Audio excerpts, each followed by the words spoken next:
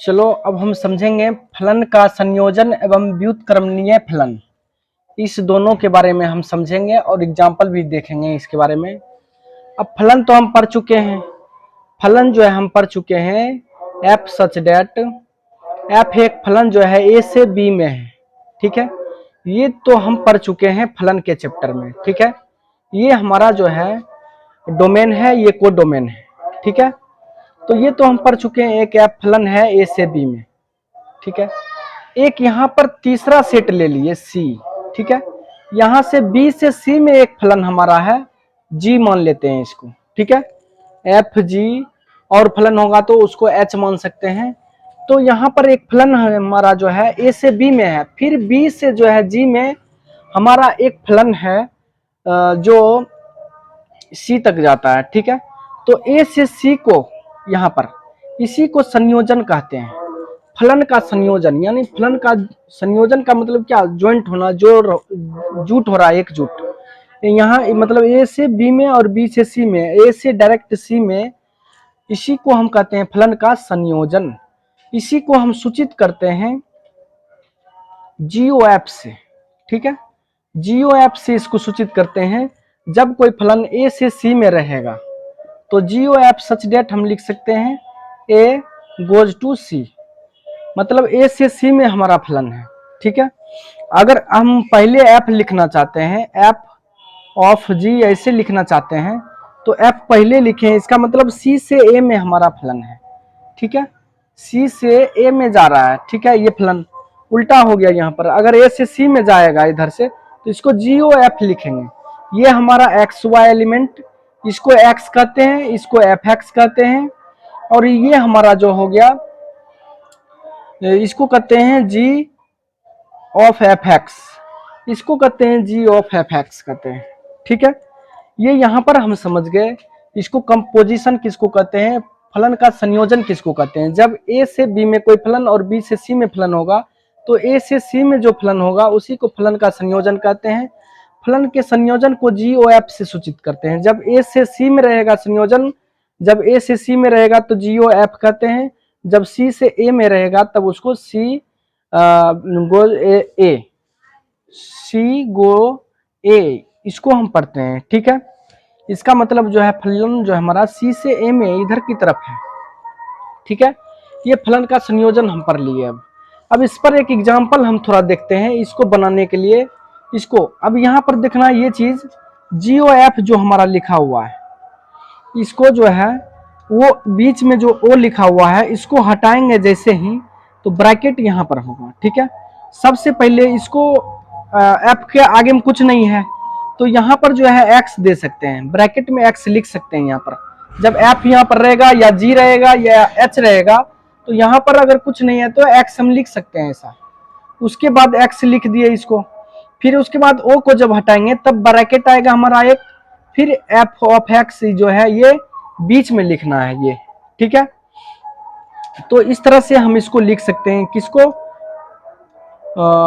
जीओएफ को इस तरह से भी लिख सकते हैं। ठीक है, ये याद रखना है, ये बहुत काम देगा अभी हम लोग बनाएंगे। तो उसके बाद एक एग्जांपल लिख देते हैं जहां एफ एक्स बराबर हमको दिया हुआ है एक 2x और जी एक्स बराबर दिया हुआ है एक्स स्क्वायर प्लस 1, ये दिया हुआ है और हमें ज्ञात करना है। क्वेश्चन हमारा एफ एक्स बराबर दिया हुआ है, जी एक्स बराबर दिया हुआ है, ज्ञात करना है हमको G O F and F O G, ये ज्ञात करना है। ठीक है, ये दोनों ज्ञात करना है। तो अब कैसे निकालेंगे, सबसे पहले यहाँ पर ध्यान देना है, क्या करेंगे, इसमें एक्स डाल देंगे, जीओ एफ निकालते हैं, जीओ एफ इसमें कुछ नहीं एक्स डाल देंगे, हम बोले थे एक्स इसमें लिख सकते हैं। ठीक है, उसके बाद जी ओ अब यहाँ पर ओ को हटाना है तो ओ को हटाएंगे तो यहाँ पर एक ब्रैकेट देंगे फिर, और एफ एक्स को अंदर में लिखना है। ठीक है, इस तरह से लिखना है।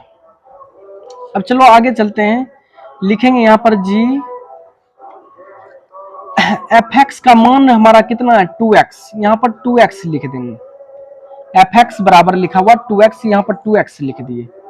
अब यहाँ पर जो है ध्यान देना है, क्या करना है, जी एक्स एक्स के जगह पर ये 2x है पूरा, तो इसका जो यहाँ पर दिया हुआ है, यहाँ पर एक्स स्क्वायर प्लस 1 ये जो हमको दिया है, इसमें ये x का मान इसमें डालना है।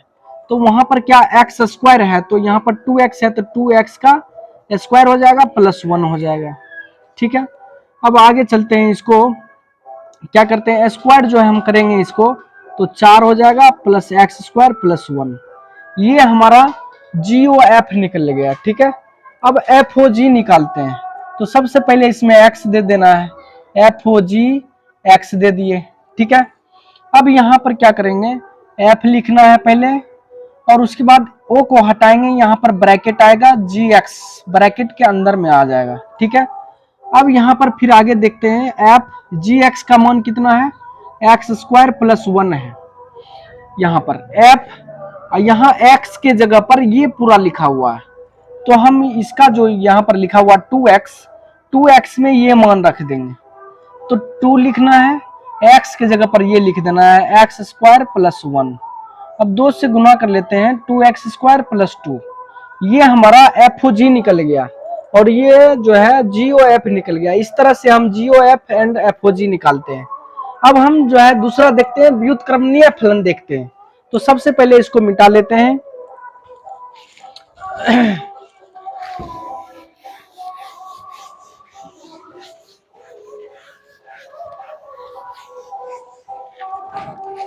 अब दूसरा समझने वाले हैं, व्युत्क्रमणीय फलन किसको कहते हैं, व्युत्क्रमणीय फलन।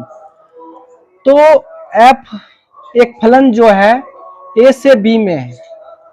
ठीक है, एफ एक फलन ए से बी में हमारा दिया हुआ है, तो यहाँ पर जो है एक चित्र बना ले रहे हैं, इसको कहते हैं डोमेन, इसको को डोमेन कहते हैं। एफ एक फलन ए से बी में है। ठीक है, 4 5 6 ए बी सी, ये बना लिए हम एक चित्र समझने के लिए। अब व्युत्क्रमणीय फलन कब होगा, जब हमारा फलन जो है हमारा, जब कोई फलन 1 1 और ऑनटो दोनों होगा, जब कोई फलन, व्युत्क्रमणीय फलन किसको कहेंगे, जब कोई फलन 1 1 एवं 1 1 एवं ऑनटो दोनों होगा, इसको शॉर्ट में बाइजेक्टिव भी कहते हैं, दूसरा नाम बाइजेक्टिव भी है इसका। अगर बाइजेक्टिव होगा यह फलन, तो हम बताएंगे कि यह फलन जो है, इस फलन का व्युत्क्रमणीय फलन हो सकता है, यह फलन व्युत्क्रमणीय फलन है। ठीक है, तो व्युत्क्रमणीय फलन को एफ इनवर्स से सूचित करते हैं, एफ माइनस पावर 1 दे दिए, एफ इनवर्स कहते हैं इसको, एफ इनवर्स से सूचित करते हैं जब व्युत्क्रमणीय फलन हो। ठीक है, तो अब इसको कैसे ज्ञात करेंगे, कैसे निकालेंगे, वो सीखना है। तो ये तो हम समझ गए व्युत्क्रमणीय फलन कब होगा, जब कोई हमारा फलन 1 1 और ऑनटो दोनों होगा, यानी बाइजेक्टिव होगा कोई फलन हमारा, तब उसको फलन कहते हैं हम व्युत्क्रमणीय फलन। या कोई फलन व्युत्क्रमणीय है, तो वह फलन 1 1 और ऑनटो होगा, अर्थात बाइजेक्टिव होगा। दोनों तरीका से हम समझ सकते हैं, यदि 1 1 होगा ऑनटो होगा तो व्युत्क्रमणीय होगा, यदि व्युत्क्रमणीय फलन है तो 1 1 और ऑनटो दोनों होगा।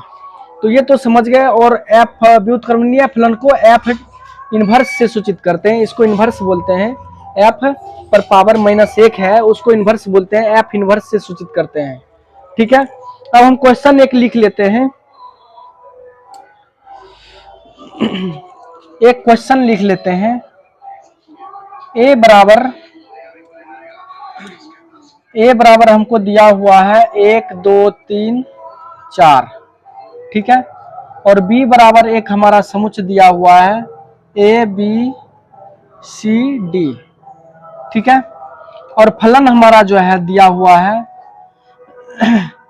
फलन जो दिया हुआ हमारा वो यहाँ पर लिख लेते हैं, 1 ए 2 बी और 3 सी फिर 4 डी, ये हमारा फलन दिया हुआ है।